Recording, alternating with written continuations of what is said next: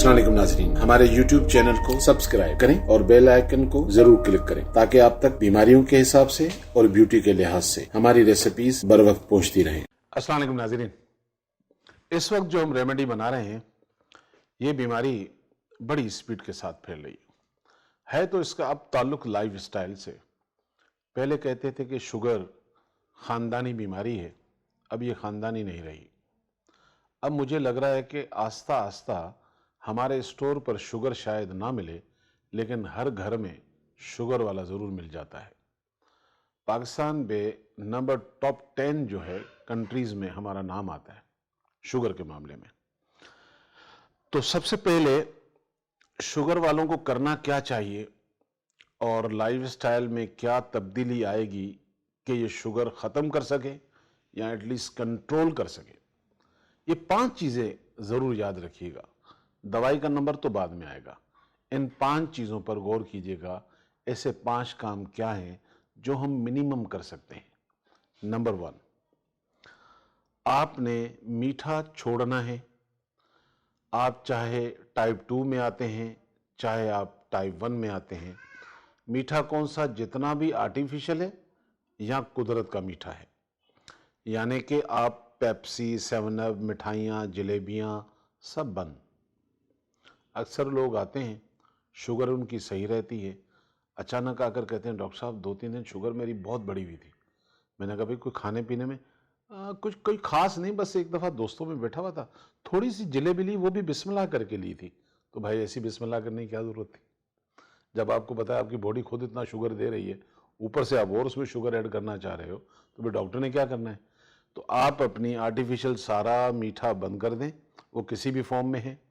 वो सारे फ्रूट जो मीठे हैं, ज़्यादा मीठे हैं, आम, चीकू बहुत सारे होंगे, छोड़ दीजिए। तो एक काम तो ये हो गया। नंबर 2, गंदम। यूं समझ लें कि गंदम में भी उतनी ही शुगर है जितनी शुगर के नुकसानात हैं। बहुत सारे लोग, जब मैं एक दफ़ा शो कर रहा था तो मैंने लोगों से कहा, मैंने कहा भाई अगर आप एक रोटी सुबह ले लें, एक रोटी दोपहर में ले लें, एक रात में ले लें, तो ये 7-8 चम्मच तो चीनी का वैसे ही खा रहे हैं और हमने आपकी चाय वाली 1 चमची बंद करा दी। तो कुछ कमेंट्स लिखे लोगों ने, बोला अच्छा गंदम में इतनी चीनी है तो फिर चीनी इसी से बननी चाहिए। तो मुझे लग रहा था कल अगर मैं पालक पे शो करूं तो पालक में आयरन बहुत है, ये कौम कहेगी भाई इसी से फिर लोहा बना लेते हैं। तो थोड़ा सर्च कर लीजिए, देख लीजिए कि 100 ग्राम गंदम की कैलोरीज कितनी बनती है, कार्बोहाइड्रेट बनेगा, कन्वर्ट होकर बॉडी में ग्लूकोज कितना बन जाएगा, उस वक्त अंदाजा हो जाएगा आपको। तो आपको गंदम कैसे खानी है, आपने 1 किलो गंदम उठाई, 2 किलो आपने जौ का आटा उठाया, आप इसको मिक्स कर लें, आप इसकी रोटी खा लें। सेहत आपकी है, खाना आपको है, तो इसलिए पाबंदी उसकी भी करें। या अगर बाहर रहते हैं तो वहाँ मल्टीग्रेन ब्रेड मिल जाती है, आप उसका इस्तेमाल भी कर सकते हैं। या आप गंदम में जौ का कभी खाकर थक जाते हैं तो चने का डाल दें। अच्छा, चने वाला भी मिक्स करके खाकर थक जाते हैं तो फिर आपके पास बाजरे का ही वही है। यानी कि चॉइसेस आपके पास हैं, लेकिन बेस्ट जो है, क्योंकि खुद अगर अकेला जौ को आप सर्च करने लग जाएं, उसके बारे में मालूमात करने लग जाएं, तो पता चलेगा अकेली जौ शुगर वालों को क्या करती है, बड़ा फ़ायदा करती है। तो इसलिए बड़े बुजुर्ग जौ का दलिया कमज़ोरी में खिलाते हैं ना, तो शुगर वाला वैसे ही अंदर से कमज़ोर हो रहा होता है। तो हमने 2 चीज़ें तो ये नोट कर ली। तीसरी चीज़, फल वो खाएं जो आपके मुंह में आए, वो खट्टे भी हैं मीठे भी हैं, जैसे अनार है, मिसाल के तौर पर आलू बुखारा है। इस तरह एक बड़ी रेंज बन जाएगी। जो बहुत ज़्यादा खट्टे और मीठे होते हैं वो फल खाएं, मगर उनके भी जूसेस ना पिएं। मेरा स्कूल ऑफ थॉट जो है नेचुरोपैथी का, वो कुछ इस तरह गाइड करता है। नंबर 4, दवाई खाना भूल गए, कोई जुर्म नहीं था, लेकिन अगर आपने चेक नहीं किया तो फिर इससे बड़ा जुर्म भी क्या था। क्योंकि आप ये देखें, गौर करें, हाँ, दुनिया में कैंसर, लिवर, किडनी फेलियर, कितनी बड़ी बड़ी बीमारियां हैं, लेकिन एक इन बड़ी बीमारियों में से आप बता दें कि डॉक्टर कब कहता है शुगर और ब्लड प्रेशर के बीमारी के सवाए कि ये दोनों बीमारियां साइलेंट किलर हैं। अगर ये दोनों बीमारियां खामोश कातिल हैं तो फिर चोर आपके मेरे घर आएगा, फोन तो नहीं करेगा, कातिल आपको बता के क्यों आएगा। तो जब तक आप फास्टिंग चेक नहीं कर रहे हैं और रैंडम चेक नहीं कर रहे हैं। देखें, सुबह आप उठें, अल्लाह ताला का नाम लें। सबसे पहले अगर आप शुगर के मरीज हैं तो फास्टिंग में शुगर चेक करें। इससे 2 फायदे होंगे। एक तो बढ़ा हुआ है तो आपको पता चलेगा ना, रोज पता चलेगा, आप लिखें उसको। ये 30 डेज का जब शेड्यूल बनाएंगे और अपने डॉक्टर के सामने रखेंगे, वो आपकी मदद करेगा। अगर आप बता देंगे कभी कभार, डॉक्टर साहब मेरी शुगर बढ़ी हुई आती है, उसने पेंसिल उठानी और एक गोली आपकी और बढ़ा देनी है। फिर गोलियां बढ़ती जाएंगी, जब कंट्रोल नहीं होगा तो फिर इंसुलिन पे आप चले जाएंगे। तो अगर आप उसको मॉनिटर कर रहे हैं तो फास्टिंग में, और सर्टेन टाइम क्या होता है शुगर लो, यानी कि अगले को पता ही नहीं है, मैंने कहा हुआ है सुबह भी दवाई खा लो, शाम पे भी खा लो, और अगर फास्टिंग में आपकी शुगर खुद 80 पे चली गई है या उससे भी कम चली गई है, आप दवाई भी खा रहे हैं ऊपर बगैर चेक किए हुए, तो आपका जिस्म पूरा दिन ऐसे ही चलेगा ना भाई। आप अपने जिस्म से भी बेजार होंगे और आप फिर अपना गुस्सा अपनी बच्चों में निकाल रहे होंगे और ढीले ढाला बन जाएंगे आप। तो बेहतर ये है कि फास्टिंग आप शुगर चेक कर लें, अल्लाह ताला के उससे अगर लो आ गई है तो भाई खजूर खा लीजिएगा, नहीं तो अपनी दवाई खाइएगा। और सेकंडली रैंडम, कोई भी रैंडम कर लें। आपको अगर नाश्ते के 2 घंटे बाद करनी है तो ठीक है, टाइम नहीं मिला था कोई बात नहीं, बिजी बहुत थे। दोपहर के खाने के बाद 2 घंटे बाद मिला, रैंडम नहीं कर सके, चलें भाई आखिरी दफ़ा कर ले, रात के खाने के 2 घंटे बाद ही कर लें। तो जब वो लिखेंगे कम से कम, तो कोई भी डॉक्टर होगा आपकी वो हेल्प करेगा, क्योंकि वो आपकी केमिस्ट्री देख रहा है कि बॉडी आपकी कहाँ जा रही है। 5वीं चीज़ है वॉक। वॉक शुगर वालों के लिए आधी दवाई है। अब होता ये अमूमन, ख़ास तौर पर मुझे पता है, मैं भी बाप हूँ, मैं भी हस्बैंड हूँ, हमें पता है कि हम बहुत बिज़ी हैं, हम काम कर रहे हैं, अपने बच्चों के लिए बहुत कुछ कर रहे हैं, हम सारा दिन काम कर रहे हैं। और आज के दौर में सच्ची बात तो ये है कि रिज़्क़ हलाल कमाना बच्चों के लिए ऐसे ही है कि शेर के मुंह से नवारा निकालना। मुझे आपका एहसास है, लेकिन यार अगर आपकी सेहत रहेगी तो आप बच्चों के काम आओगे ना। अगर माँ बाप ही बूढ़ा हो जाए, माँ बाप ही बीमारी में मुब्तला हो जाए, ये एक ऐसा ट्री है जिसके छांव के नीचे औलाद को रहना है, तो इसको तो हमेशा यंग रहना चाहिए। जैसे मैं हूँ 25 का, पता नहीं सदियों से हूँ, मगर 25 का हूँ। तो आप यंग रहें ना, ताकि आप अपने पोतों से, पोतियों से, नवासों से खेल सकें और आप खुद भी यंग रहें। तो हमारे यहाँ होता क्या है कि हम इतना उसमें दुनिया के चक्कर में फंस जाते हैं, वहाँ हम सेहत को माइनस कर देते हैं, और एंड ऑफ द डे ये होता है कि पूरी जवानी कमा कर आप पैसे जमा करते हैं कि बुढ़ापे में आपके काम आए। यकीन करें वो बुढ़ापे में आपके नहीं, हम डॉक्टरों के काम आते हैं। तो जवानी में जिस तरह सेविंग करते हैं, तो अपनी जवानी की भी सेविंग करें जवानी में, कि बीमारियां अगर हैं तो उसको क्योर करें, उसको बेहतर करें, ताकि आपका बुढ़ापा भी अच्छा गुजरे। क्योंकि सेहत अल्लाह की बहुत बड़ी नेमत है। अगर किसी को ये एहसास हो जाए कि ये सेहत क्या होती है, तो यकीन करें वो 2 नफल रोज़ाना इसी का पढ़ेगा कि मुझे अल्लाह ने सेहतमंद रखा है। तो नंबर 1, हमने वॉक करनी है, और रात की तो लाजिम कर लें। रात के खाने के बाद आप, नबी करीम सल्लल्लाहु अलैहि वसल्लम ने फरमाया कि 40 कदम चला करें। तो रात को कम टाइम है तो चलो अपने घर में सहन में जगह होती है भाई, उतना वॉक ही कर लें तो सुन्नत भी अदा हो जाएगी, आपकी रात वाली वॉक भी हो जाए। अदरवाइज़ आपको जब भी टाइम मिलता है, सुबह वाली वॉक नमाज के बाद, शाम में मिलता है, जो आपको टाइम सूट करता है। शुगर वाले को तो वैसे सबको करनी चाहिए, सच्ची बात यह है। हमारा ये चलना फिरना कम हो गया है, तो वो मैदा तो उस तरह काम करता नहीं है। खाया, रात को डट के सो गए, ये 1.5 जो किलो का हमारा लिवर है और ये मैदा है, ये मशीन जो है रात को स्लो हो गई, वो फंक्शन नहीं करेगी, तो फिर जाहिर बात है फैटी लिवर बनना आजकल इतना आम होता जा रहा है। बहुत सारी चीज़ें मैं करूँगा इंशाल्लाह डिस्कस, लेकिन शुगर क्योंकि अहम मसला है तो इस पर हम बात कर रहे थे। नंबर 1, 2 मेडिसिन बनाएंगे हम आज शुगर के लिए। ये है जी डायबिटिक क्योर, यानी कि ये शुगर की दवाई जो हमारे यहाँ मिलती है आपको, सब खा सकते हैं, शुगर वाले जितने भी पेशेंट हैं। ये 2 मेडिसिन, एक सुबह के लिए है, यानी कि दिन में 2 दफ़ा है, सुबह दोपहर भी खा सकते हैं, शाम भी जिनकी बढ़ी हुई है, और सुबह शाम तो लाजिम है। और एक दवाई है जो सुबह खाने के बाद है और रात खाने के बाद है। खाने के बाद 1 घंटे बाद खा लें, आधे घंटे बाद खा लें। दिन में 2 दफ़ा, एक दवाई सुबह शाम खाएंगे खाने से पहले, और एक दवाई खाएंगे खाने के बाद। यही दवाई मैं आज आपके सामने बना रहा हूं। इसलिए बना रहा हूं ताकि आप मुझसे ना खरीदें, क्योंकि मैं महंगा हूं ना।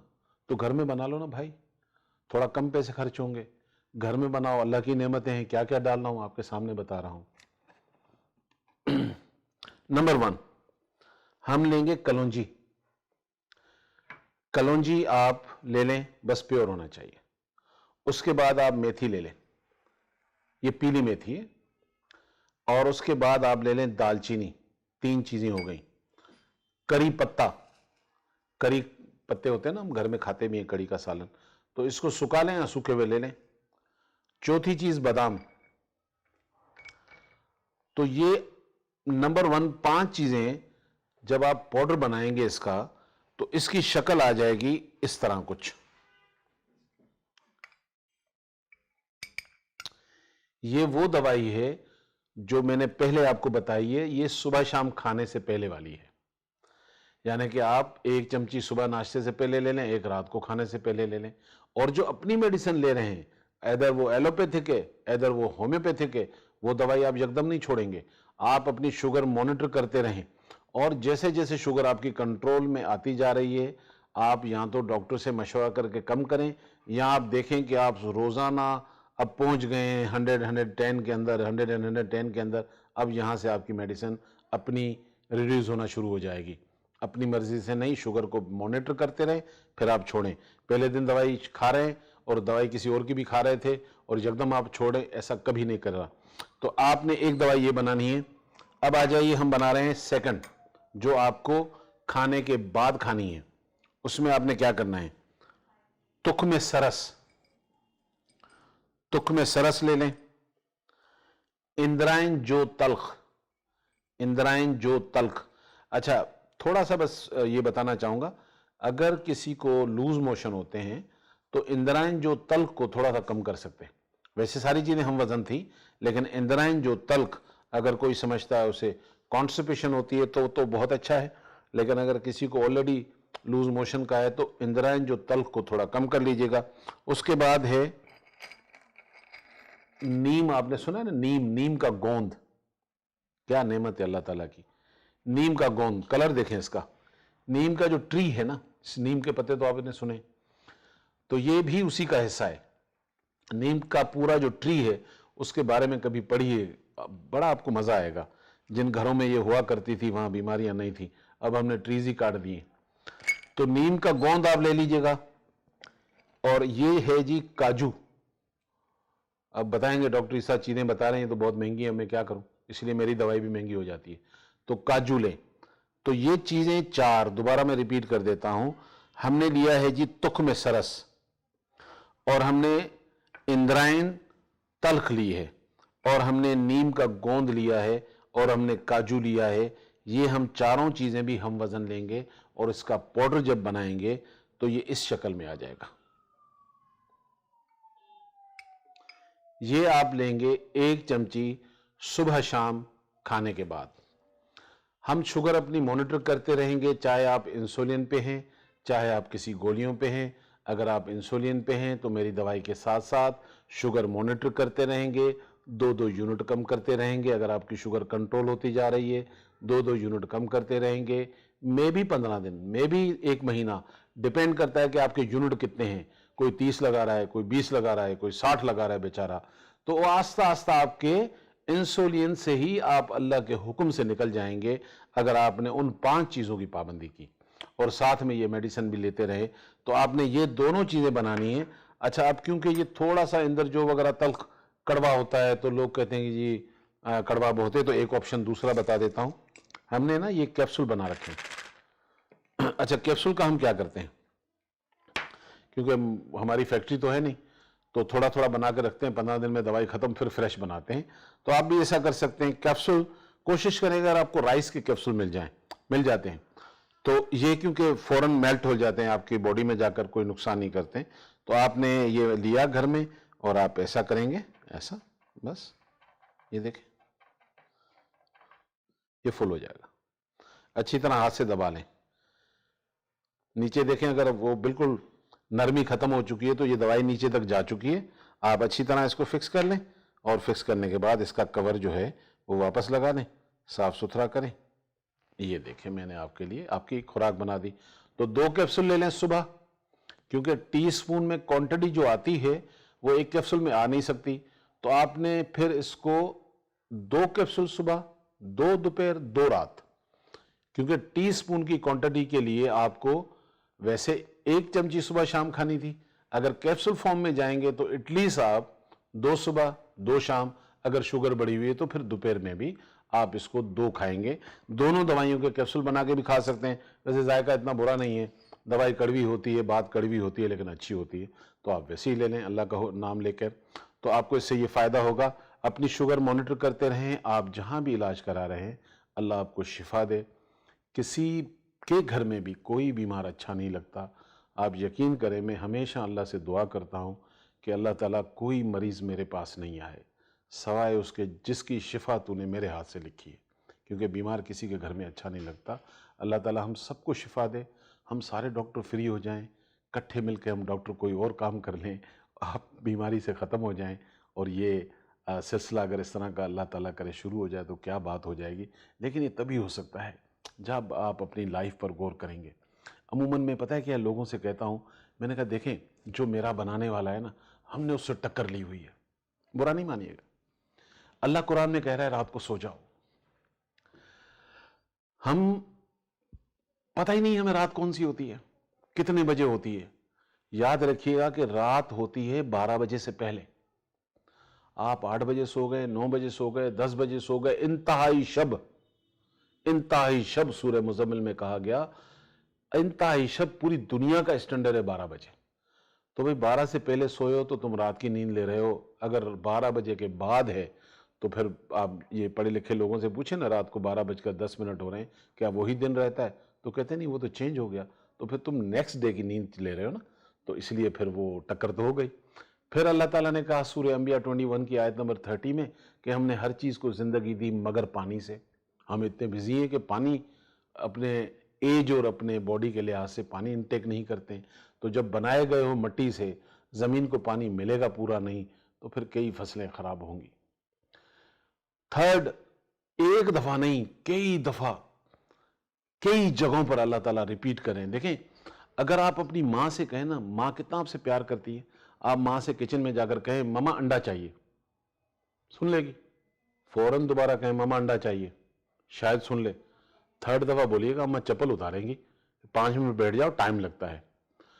तो अगर बार बार कहे अम्मा अंडा चाहिए, अंडा चाहिए, अंडा चाहिए, क्या असर करेगी आपका? 70 माओं से ज्यादा प्यार करने वाला मेरा रब कई दफा कई जगहों पर एक आयत रिपीट कर रहा है बार बार कि खाओ सब कुछ मगर तैयब और हलाल। ये मेरे 2 हाथों में एक मुर्गी है फार्मी, एक है देसी। ये फार्मी मुर्गी को जो मैंने केमिकल, जो फर्टिलाइजर खिलाया हुआ है, वो भी बेचारा जानता है और आप भी जानते हैं। अब दुनिया इतनी आगे जा चुकी है, तो ये तो 45 दिन में बन जाएगी 3 किलो, और ये 1 साल में भी 3 किलो नहीं बन सकती। फिर ये फार्मी की आप कुकड़ू नहीं सुन सकते जिंदगी भर, मगर इसकी रोज सुन सकते हैं। तो ये जो फार्मी है ये हलाल तो है भैया, मगर तैयब तो नहीं है। ये तैयब भी है, हलाल भी है। इसी तरह नजर मार लें कुकिंग ऑयल, इसी तरह नजर मार लें आप अपने घर में जो आप खरीदारियां करते हैं, ये बाजार में डब्बों के दूध, छोड़ दिया खुला दूध। सूरह नहल की आयत नंबर 56 साइड पे चली गई। तुम देखते नहीं हो, एक तरफ खून एक तरफ गोबर, बीच से हम दूध निकालते हैं जो मेरी ही शफा थी। छोड़ दिया, क्योंकि मॉडर्निज्म चले गए ना, हाइजीन के नाम पर हाईजेक हो चुके हैं। आज भी देहातों में, गांव में लोग आबशारों से, नहरों से पानी पीकर भी 70-80 पे चले जाते हैं। मिनरल बोतल हाथ में पकड़ी हुई है, 60 में एफआईआर कट रही है। क्यों? क्योंकि हाइजीन। लेकिन वो कुदरत की नेमतों से हम दूर होते जा रहे हैं। और कहना क्या है भाई, प्योर तो मिलता नहीं है। याद रखिएगा, जब अल्लाह है, जब से अल्लाह है और क़यामत तक सारे इंसान मर जाएं, दुनिया से कभी भी प्योर चीज खत्म नहीं हो सकती। जब तक अल्लाह है, ये प्योर चीज भी जमीन पर मिलेगी। खराबी करने वाले हम लोग हैं। दूध में मैं पानी मिलाता हूं, तरबूज को मैं इंजेक्शन लगाता हूं, इसमें अल्लाह का क्या काम? तो हमें सुधरना पड़ेगा, हमें सही होना पड़ेगा। लेकिन उसके बावजूद भी ज़मीन पर अच्छे लोग हैं जो अच्छा काम कर देते होते हैं। हम शक की बुनियाद पर, या हमें इतना मीडिया कुछ दिखा देता है, ये डाल देते हैं लोग, ये डाल देते हैं, उन सब चीज़ों को देखकर हम घबरा जाते हैं। तो काइंडली अपने किचन पे नज़र मारें। किचन आपका जिस्म का लिवर है, और लिवर के बारे में किसी दिन प्रोग्राम करूंगा। यकीन करें, मैंने एक दफ़ा सिर्फ इसको रिसर्च किया था, मैं सजदे में ही था कि क्या मेरा रब, ये 1.5 किलो की मशीन जो काम करती है ऑटोमेटिक, 500 से ज़्यादा ये ऑटो सिस्टम पे काम कर रही होती है। किसी दिन इंशाल्लाह लिवर पे बात करेंगे। तो ये आप रेमेडी बनाइए और अपने बुज़ुर्गों को, अपने बड़ों भाइयों को, जिनको, माओं को, बहनों को, जिनको भी शुगर है, इस्तेमाल करें। अल्लाह ताला हम सबको फ़ायदा भी दे और हमें शिफा भी दे, और अल्लाह ताला हमें तौफीक दे कि हम उन चीज़ों पर भी अमल करें जो मैंने सुना है और जो आपको बता रहा हूँ, जो मैंने सीखा है। और अल्लाह ताला मेरे इल्म में और इजाफ़ा करे ताकि मैं आपको मज़ीद बता सकूँ। तब तक के लिए मुझे इजाज़त दीजिए। अस्सलाम वालेकुम व रहमतुल्लाहि व बरकातुहू।